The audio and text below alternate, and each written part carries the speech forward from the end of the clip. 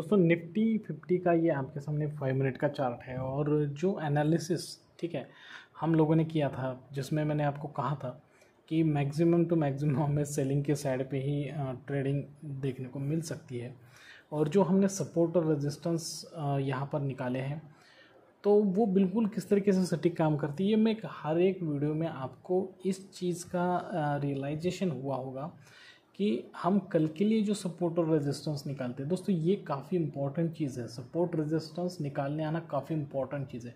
देखिए ये first step है हमारे एनालिसिस को सीखने की, जिसे किसी भी अगर सपोर्ट रेजिस्टेंस अच्छी तरीके से निकालना आ गया उसका 50% काम एनालिसिस का हो गया दोस्तों, ठीक है।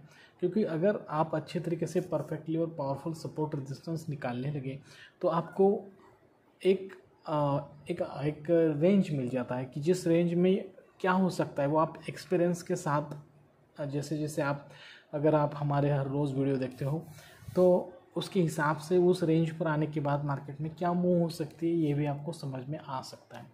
दोस्तों मैं हूं श्रीशैल और आप सभी का स्वागत करता हूं आपके अपने YouTube channel trade with attitude में। देखिए मार्केट जो आज गैप अप होकर ओपन हुआ उसके बाद एक बहुत ही ज़्यादा सेलिंग की सबसे बड़ी 5 मिनट्स की कैंडल आपको यहाँ पर दिखाई दे रही है। कभी भी एक चीज़ ध्यान में रखना दोस्तों, अगर आपको इस तरीके की बड़ी मूव दिखाई देती है, ठीक है, एक इस तरीके से बड़ी कैंडल की मूव दिखाई देती है तो ये बात समझ लेना कि यहाँ से मार्केट उस साइड पे बिल्कुल भी नहीं जाएगा जिस साइड की वो कैंडल बनी है, चाहे वो सेलिंग साइड की कैंडल बनी हो चाहे वो बाइंग साइड की कैंडल बनी हो, ठीक है। वो अगर उसे नीचे की तरफ जाना है तो उसे उसके अगेंस्ट थोड़ा सा ट्रेड देना है, ठीक है। उसके अगेंस्ट थोड़ा सा क्यों होना वो चली जाएगी क्योंकि इसे हम एग्जॉस्टिव कैंडल कहेंगे, ठीक है। बहुत ज़्यादा भागने के बाद अगर आप बहुत तेज़ी से भागोगे, ठीक है, मैं थोड़ी साइकोलॉजी, हमारा पूरा जो चैनल है वो बिल्कुल साइकोलॉजी के बारे में ही ज़्यादा सोचते हैं और हम साइकोलॉजी लेवल पे ही ट्रेड लेते हैं, ठीक है। बाकी और इंडिकेटर्स वगैरह में कुछ भी आपको यहाँ पे नहीं सिखा रहा हूँ। देखिए अगर आप बहुत ज़्यादा दौड़ेंगे, ठीक है, अगर आपको बहुत लंबी दूरी तय करनी है लेकिन आप बहुत ज़्यादा दौड़ेंगे तो एक समय ऐसा आता है कि आप थोड़ा सा थक जाते हो, थोड़ी देर के लिए रुक जाते हो, ठीक है। थोड़ी देर के लिए रुकोगे आप और जब आप रुकते हो तो आपके अगेंस्ट जो दौड़ रहा है वो आपके आगे चला जाएगा। सिंपल लॉजिक है ना, ठीक है।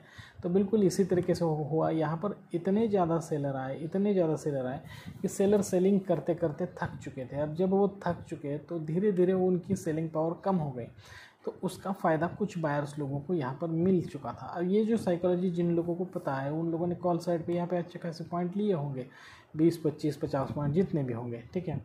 अब उसके बाद यहाँ पर देखो दोस्तों, हम इस सुबह के वक्त हम ट्रेडिंग करते ही नहीं, हम 12 बजे के बाद आते हैं। मुझे 1-1:30 बजे कुछ ट्रेड मिला था, मैं आपको उसके बाद 1-1:30 बजे के बाद एक अच्छा ट्रेड मुझे मिला था, वो भी मैं आपको यहाँ पे एक्सप्लेनेशन समझाऊंगा।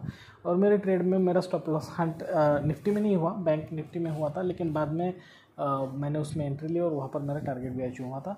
डायरेक्शन वही था, जो डायरेक्शन मैंने डिसाइड किया था वही था। देखिए निफ्टी में मैंने एक्यूरेटली ट्रेड लिया है दोस्तों, उसमें कोई दिक्कत की बात ही नहीं है, ठीक है। तो इस 5 मिनट के चार्ट पर देखिए प्राइस एक्शन जो आपको क्या बोल रहा था, सुबह से नीचे आया, फिर बाहर आया, फिर नीचे आया, अब यहाँ पे कंसोलिडेशन कर रहा है, ठीक है। तो कंसोलिडेशन कर रहा है इसका मतलब क्या कर रहा है कि यहाँ पर आपका प्रीमियम डीके कर रहा है। अब कंसोलिडेशन करने के बाद मार्केट एक तो ऊपर की तरफ चला जाएगा, ठीक है, इस तरीके से, या फिर नीचे की तरफ। अब यहाँ पर अगर उसे ऊपर की तरफ जाना होता तो वो हमारे रेजिस्टेंस लेवल के ऊपर ही क्यों कंसोलिडेट नहीं किया है। रेजिस्टेंस लेवल के ऊपर कंसोलिडेट करना चाहिए था तो ही ऊपर जा सकता था, ठीक है, लेकिन उसने रेजिस्टेंस लेवल के नीचे कंसोलिडेशन किया है, ठीक है।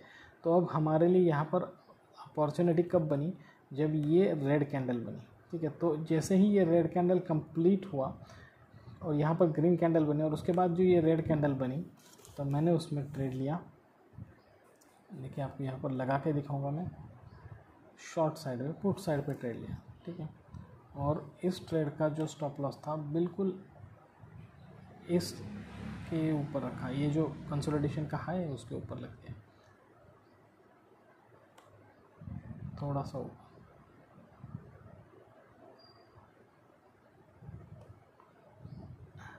और उसके बाद यहाँ पर 1:2 रेशियो ले लिया,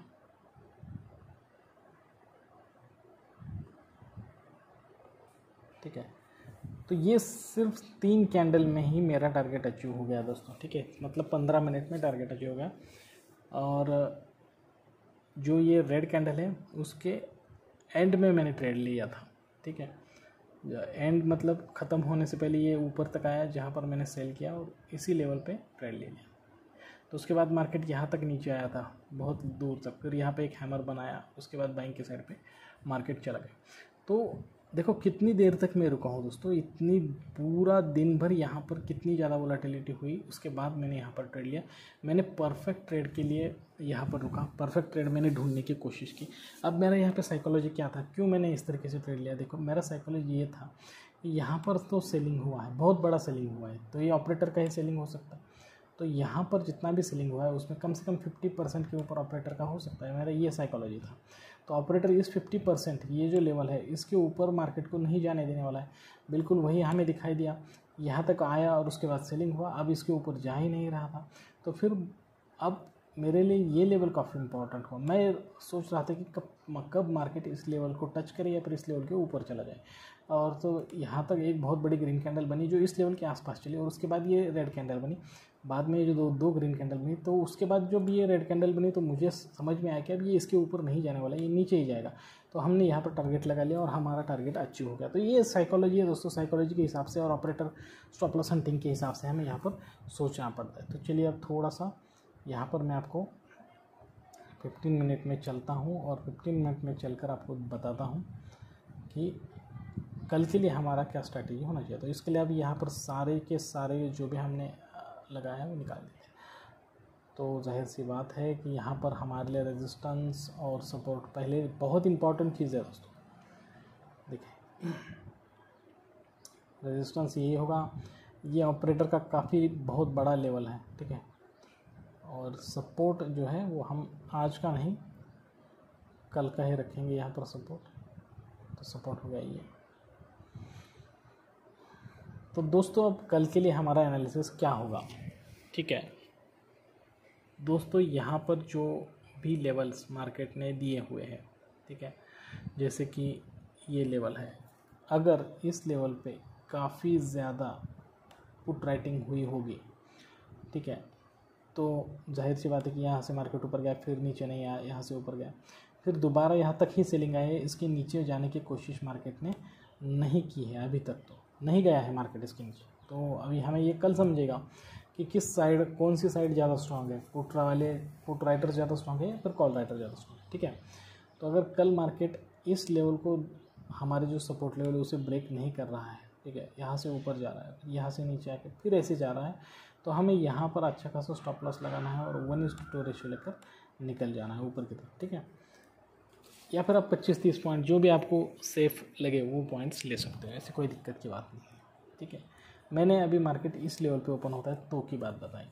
अगर मार्केट गैप डाउन ओपन होता है तो जाहिर सी बात है कि यहाँ पर सभी पुट राइटर्स के स्टॉप लॉस हंट हो जाएंगे, तो वो अपनी पोजीशंस क्लियर करेंगे, तो यहाँ पर मार्केट थोड़ा सा ऊपर बढ़ सकता है बाइंग के साइड पे, लेकिन वो बाइंग के लिए नहीं होगी, उसके बाद मार्केट में सेलिंग हो सकती है। तो जब मार्केट नीचे की तरफ घूमेगा तो आपको तुरंत सेल नहीं करना है, क्योंकि अभी आप सपोर्ट लेवल पे हो।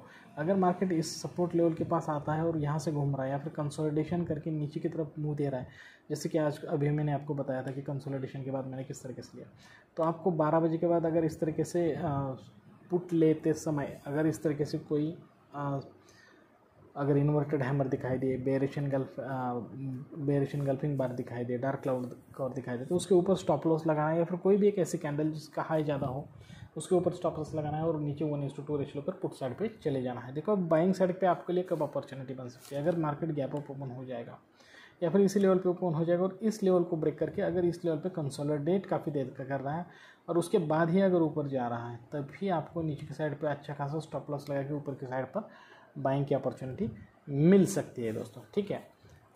तो बस यही एक लॉजिक है, उसी लॉजिक में हमें समझना है। हमें क्या समझना है कि कौन सी, मतलब मैंने क्या बताया आपको कि कौन पावरफुल है वो देखना है, ठीक है, और वो कब एक्शन ले सकता है।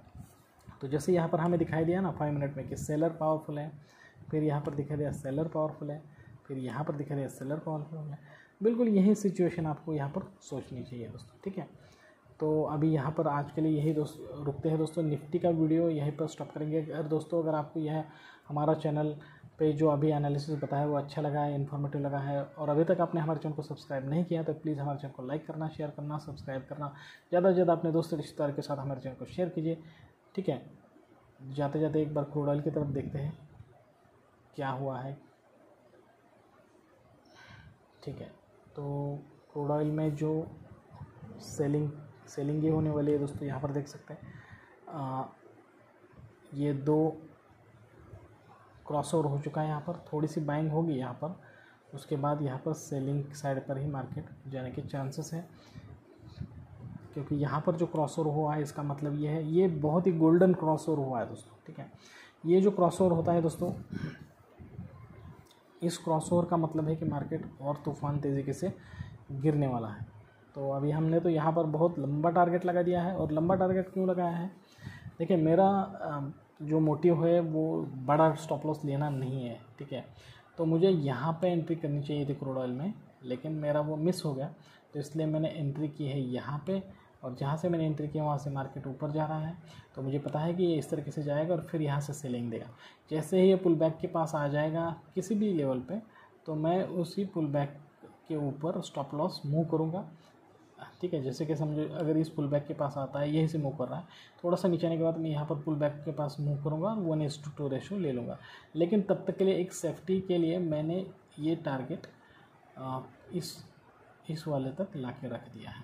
तो यहाँ पर हमारे लिए 15 मिनट में जाकर आपको मैं बताऊँ कि कितने बड़े टारगेट बन रहे हैं। यहाँ पर देख सकते हैं, अगर आप देखेंगे तो अगर 1:2 कितना लंबा है, लेकिन हमें इतना लंबा टारगेट नहीं लेना है।